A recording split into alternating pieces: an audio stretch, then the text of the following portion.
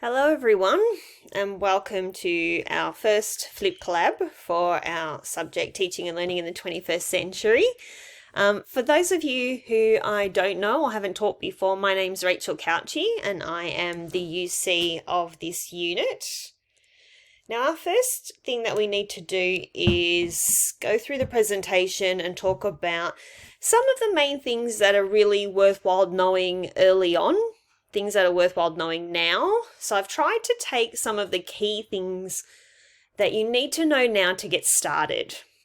We will talk about these things on the discussion board and in the interactive collab, and you've also got a chance to come to a Q&A if you've still got more questions after all of that. But this is a way to get you started in your presentation. So, what is it that we have to do? Well, we have to make a 4-minute narrated PowerPoint video regarding this scenario. Now, on the DB and in our Padlet, we'll have other videos that are going to talk about the IT side of this presentation. How to do a narrative video, what other programs can you use. I'm actually using a program now called Screencast-O-Matic, which is just me using a PowerPoint but narrating over it, and it's a screencast, so you can use programs like that. We will talk more about the IT side of that when through the Padlet and through other ways. We're going to talk more about the content today. So you need to picture yourself, you're a kindergarten teacher and you've been asked to create a short video on the topic of the 21st century early childhood education to share on the Kinder website. You get together with a Kinder colleague to brainstorm what sort of examples you might share with the parents before creating your own short video. So as you can see from that scenario, there is an element of getting together with a colleague, but then going off and doing your own thing and making your own presentation. This leads into the team element, which is one of the first things that I wanted to talk to you about. The team element is not supposed to be arduous. It's not supposed to be something that's hard for you to organize. It's supposed to be a quick chat, a collegiate chat, professional chat that pretend you are at kinder and you're sitting down, or you're in an early childhood setting and you sit down with a colleague and you have a 30-minute conversation about this task, thinking about it in relation to our scenario. So we don't want it to be something that sort of takes you away from what you're meant to be doing, or something that's hard to organize, especially at this point of the TP coming into Christmas. So what exactly do you need to do? You need to sign yourself up to a group. So you'll notice in week 2 that there is this particular post here called Discussion 1 Teaming Up for A1.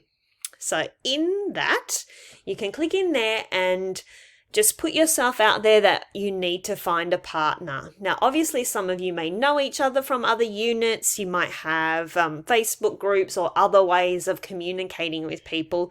If you've already got yourself a partner and you're happy just to text them or message them a different way, then feel free to do that. But if you don't have anyone in mind, pop your name into this group and just let other people know that you're looking for a partner, and someone can jump in there, or they might see a couple of people who are looking and just add their name and say, yep, I'd love to catch up with you. Here's my email, here's my, and then you can share details together. So that is going to be the forum where you will need to take responsibility to sign yourself up to a team. If you haven't done that by a certain period of time, your ELA may have to assign you to someone, but it's much better if you can organize that yourself. Once you've got your partner settled and you've got a way of communicating, whether, again, this is totally up to you, whether it's by phone, whether it's by Zoom conversation, but you have to have a 30-minute brainstorm or a 30-minute discussion about this task. So you might talk to each other about globalization and what it means. You might sit together and look at the early early years framework, and you might look for examples of where social change has impacted on that document. You might talk about the impact of technology on early years. So you're going to brainstorm. I suggest brainstorming those 4 key elements that we're going to have a look at today, and maybe get some ideas together about what they are and how they've impacted early childhood learning, and where we can see examples of that in policy and practice. And then you're going to brainstorm it. So whether it's a Google Doc that you both add to, some sort of notes from this conversation. So whether it's handwritten notes that you take a photo of or a screenshot, but we just need to see that you've had this 30-minute chat. So as you can see, it's not too arduous, it's supposed to help you. It's a brainstorm there for you to help you. Make sure you're on the right chat track. You've had a chat. You know what these 4 elements are. You've thought of some good examples and some evidence of them in the early years framework, and then you go off to do your own work on your own presentation. So once you've done this 30-minute chat, that's your team element complete, which is absolutely wonderful. So what are Rachel's top 5 things that you need to know to get started? Like I said, this is not a complete presentation. You still need to come to the interactive collab or watch the recording to get the rest of the details. But these are the things I thought you needed to know to get started. So the first part of our presentation is talking about 21st century learning and comparing it to the past.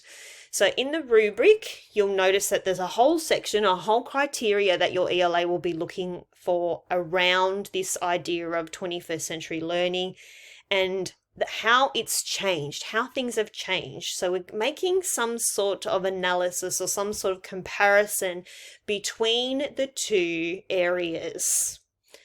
So a lot of the things in week 1 are going to relate to this. Now, our presentation is very well structured in terms of each week we're introduced to a new concept that relates to this presentation. So week 1, we're looking at traditional classrooms and comparing them to what we do in a modern classroom. Now let's try and keep the early years flavour to it. We can talk about things that are happening in primary schools too, but remember it is something that we're presenting to kinder parents. So we don't want to have it overly sort of primary school where we talk about, kids learning in a certain way that's more based in primary school. Let's try and keep the early years focus. That will help you present it. In the HD section of your rubric, it talks about being insightful and being analytical and things like that. So in order to do that, keep that early years flavor to it, because you can be more explicit and you can be more precise in the message you're delivering. So traditional classrooms will have things like they were very teacher-centered. So it was, as you can see in my lovely little picture, that teachers were at the front, and it was a very passive involvement from the students. They may have been in rows. There was not much opportunity to go outside to actually learn. It was more just a separate play time, and then you came back inside. You can talk about things like standardized testing, if you like, and there was a lot of memorization and rote learning. So focusing on what classrooms look like in the past, and then comparing it to what a modern classroom looks like.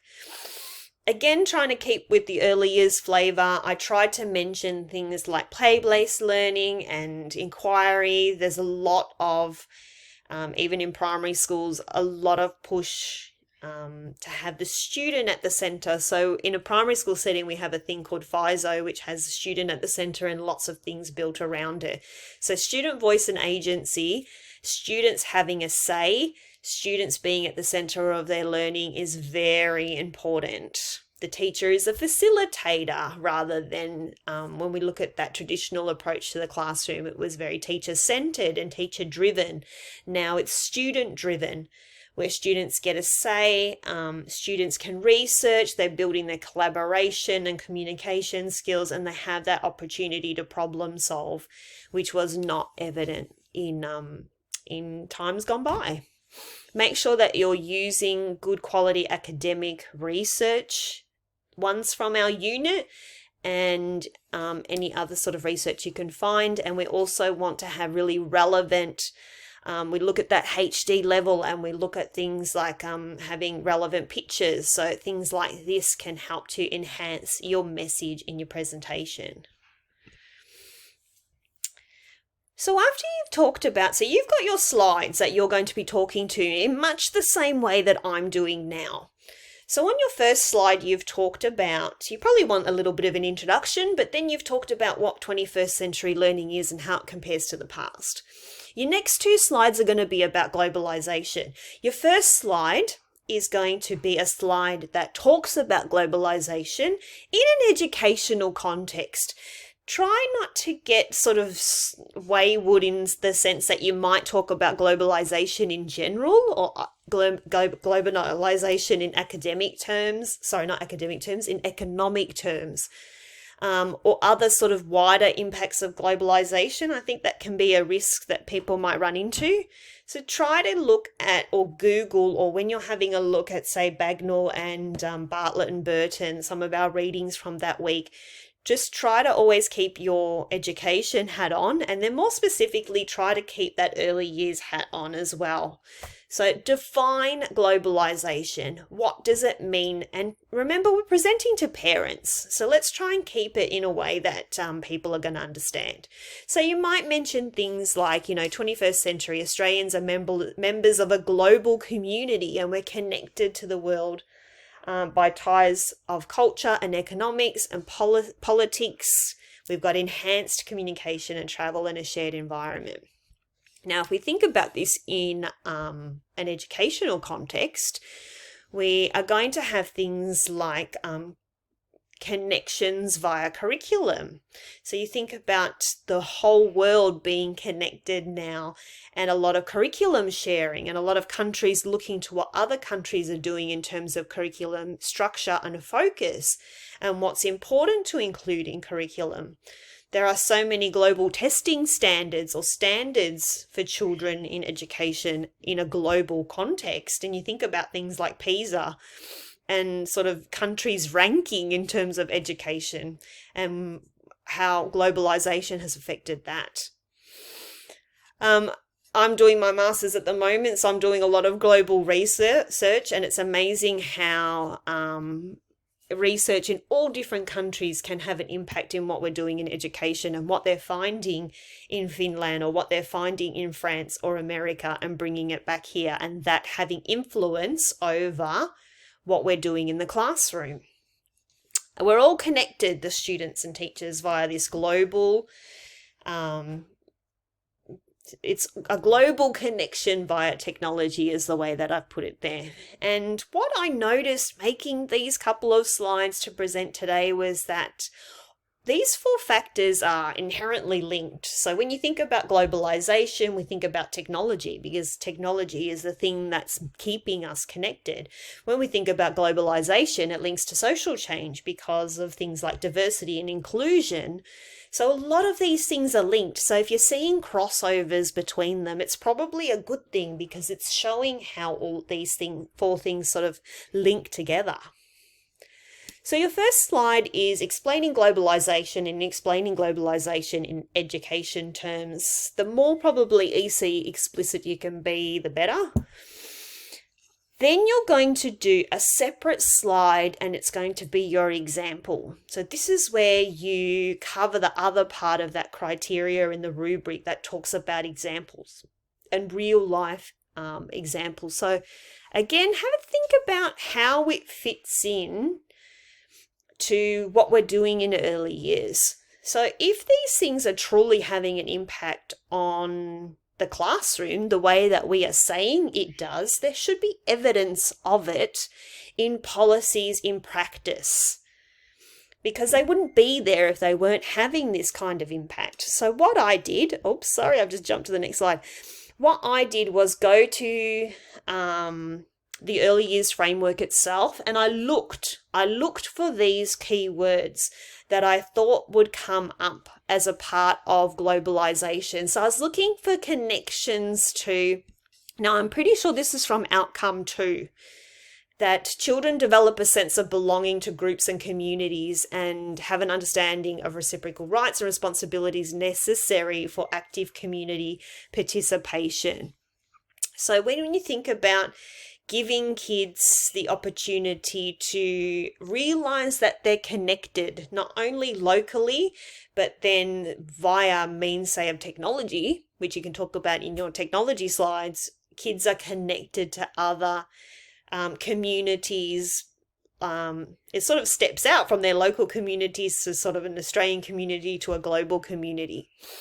So I looked for community practice. I looked for any sort of key words. And what I even did was I clicked on the find function and I just looked for keywords that I thought might be relevant in order to find an example. Now, on your slide, you need to have an example from the early years framework or from other good quality early years policies or practice. I've used the early years framework the whole way through because I just thought that made sense. I'm not sure if there's any other frameworks or anything else you would like to connect to as long as they're EC based. So I found my connection to the early years framework and I found examples of where globalization impacts on this curriculum or on this framework is probably a better word. Now I need to still find a real life example. I should be able to find a real life example of this. So if it's in the early years framework, there has to be examples of it in real life practice. So an example, I looked in a few wonderful presentations from the previous TP, and then I found some people talked about Reggio Emilia and how that has impacted on early childhood classrooms here. Now, they spoke about the fact that it's an approach from Italy, and they talked about what it was, and then they talked about how it is here in some early childhood centres and how it's had an influence on early childhood here. So that was one real life example of something from overseas or something that's from a global connection having an impact on what we do here in Australian early childhood settings. Now, for the next one, you're going to do exactly the same thing again, but this time our focus is on social change.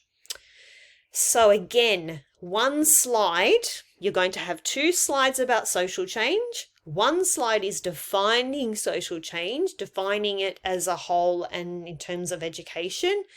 Then you're going to have a slide with your early years framework example and then an example from real life. So you'll actually use the early years framework to quote from, and you'll have a specific link to whatever outcome and whatever, points within that outcome. So let's talk about social change. Social change has had such a huge impact on education and probably all sectors really, but education is particularly important because these things are so important to be teaching our kids right from early childhood. Because social change embodies things like diversity, equality and inequality, talking things anti-bias curriculum, inclusive policy and practice, cultural bias and identity, gender issues.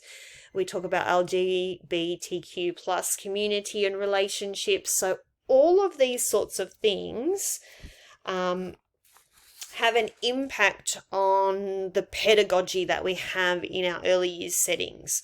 So what's happening socially at a local community, world community? We think about things like, equity in access. So, does everyone have equal access to resources needed in the 21st century? Is there a quality of pedagogy that supports diversity and non-dominant cultural knowledge? So all of these sorts of things are having an impact on what we do in the early years. So again, first slide, social change, talk about what it is and its impact on the early years setting. And then I went to the early years framework and I actually looked up a word like diversity. Remember I said I clicked on find? and I was trying to find things that I thought would relate to this. And I thought, you know what, I'm going to look up diversity and see what it brought up. And then it brought me back to outcome 1, having a strong sense of identity, and the fact that it's asking students and it's asking educators to prompt learning to show respect for diversity. And if we have a look at that little dot point here, it's all about acknowledging the varying approaches of children, families, communities, and cultures. Acknowledging and understanding that, students have different cultural backgrounds, opinions are valued, things down here like culturally valued approaches to learning, all of those sorts of things. So it's about educators fostering that within their students. You'll notice over here that it says that students are going to develop a social and cultural heritage through engagement with elders and community members. So what's a real life example of showing diversity and having that sort of inclusive policy? Again, a wonderful student from last time gave this great example. So this is a real life example.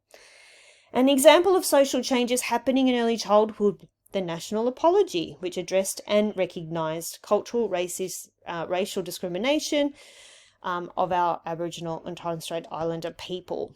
And they've talked about how Indigenous culture has been incorporated into their early childhood setting. Okay, your next one is ecological change. You are going to again have 2 slides. Your first slide is going to be talking about ecological change, and then your next slide is going to have your early years framework connection, and then it's going to have a real life example. I found this one pretty straightforward. I hope you guys do too.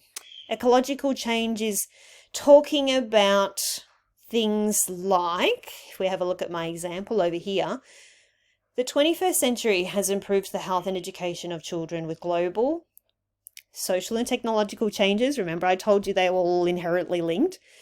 So it's talking about things like climate change, environmental damage, species loss, dominant commercial practices, can all threaten the health and future of children in every country. So ecological change is a key influence on 21st century teaching and learning, because learning to live and fight against ecological and commercial pressures is needed, as education is playing a role in safeguarding children's rights to healthy childhood and a livable planet in years to come. What a great way of putting it. So it's talking about if we don't take care of this wonderful planet, and if we don't foster a passion inside kids right from the early years, that we're showing that that's not valued and that's not respected. So all of these sorts of concepts have to be embedded in our programs early on to show that they are important and we do value it and we do want to do something that helps to contribute to a positive future. If you have a look at this beautiful slide that a student has made from last time, really beautifully set out too, so that might give you some tips about how to set things out. They've got their early years connection over here, so the early years framework. So the early years framework encourages children to be respectful and responsible of the human impact on the environment and contribute to the long-term sustainability. And here they've given a beautiful example about children being actively engaged in a veggie patch and digging up compost and enriching, they're planting and watering, and they're talking about recycling. You can have a read of that yourself, but it's all about reducing rubbish and reducing waste. And I think early years actually do a really amazing job of getting kids out and gardening and really thinking about being sustainable. Maybe you even have a look up at sustainability. Maybe sustainability is a key word that you highlight within the early years framework and see what comes up for you. Your final slide, and these are not in any particular order, so you don't have to go in this order. This is just the one that I've gone in, is technological change. Now, we all talked about the fact that all of these changes that have been made are very highly linked to the fact that there's been such a huge technological change. Oh my gosh, last 30, 40 years, even last 10 and 5 years, you can see such huge difference in technology and how it just continues to change and impact on our kids. Kids are coming to school, coming to kinder with so much technological knowledge, being able to use phones and iPads and all sorts of equipment. Oh, you see the little kids, the little 2-year-olds being able to swipe through mum's phone to get to the app that they want. And it's just brilliant the way they're just little sponges, I suppose, for being able to use technology. But let's focus on technology in terms of education. So how does it teach, what we do in early years in the class, in the room? Things that I came up with for examples were that technology has made such a huge difference to how we access information. So it's not about some kids having access to information and some not. There is still issues with, with accessibility in some areas, so you might want to mention that. Perhaps rural areas still have limited access to internet, therefore limited access to information. I use the word up here called multimodality because it just gives you such a beautiful range of ways to present information to kids. Me being primary school trained, I always present key concepts using different audio, using different images, using different video as a way to enhance a message. We don't want everything to be heavily text-based. It's just linking to this idea of digital literacy. It's not the way we learn now. We can't teach all concepts through heavily text based work. We need to break things up with different audio, images and video to help enhance what we're learning and give us different opportunities to present things in different ways. Technology is a beautiful way to encourage collaboration and different communication between the kids. If you've got some students, say, working together with, one of those little robots, one of those little tech little bees or something, and how they talk to each other and how they communicate and how they collaborate to get that working.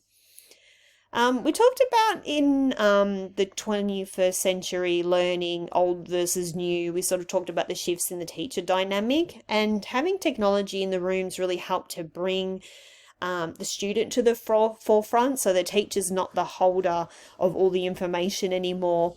Having access to research anything you want just at the tip of your fingers is quite powerful, and what that means for you as a learner. Educators' ability to access information, so that's very important in terms of me organising my planner. As an educator, I've got access to a whole global reach of information, and I can see, oh wow, there's a beautiful little kindergarten in America that's doing this beautiful unit about bugs, and I think I might do that too. So the fact that we all have this information at our fingertips, it means that we're not bound to the classroom. We really have the whole world at our fingertips in terms of what we can plan and what we can engage with in our classroom. Again, I went back to the early years framework, and I sort of did a find search, and I looked up technologies, and I found that children are confident and involved learners when they're connecting with technology. And you can see that there are lots of examples that you could use where students experiment with different technologies, students use ICT to investigate and problem solve, and all of that real sort of critical thought and problem solving and engaging and collaborating is really important with the ICT. Again, I took a beautiful example that I found in one of last TP's slides, and it had this lovely little picture. The children photographed a caterpillar in the garden with an iPad, and then they used this to inform their investigation of caterpillars at the making table. Connections is that you use responsible use of technology, the environment, and creative hands-on learning agency in documentation. So what a beautiful example, kind of incorporates many of the factors we've talked about today, but it's a way of using technology in a meaningful way to enhance what you're already doing in your centre. Now that's the end of our presentation. Remember, during the interactive collab, we will talk more about these factors and we will give you some more examples. But this is just a great way to get you started in your presentation. Thanks so much for listening, and I'll see you in the interactive collab.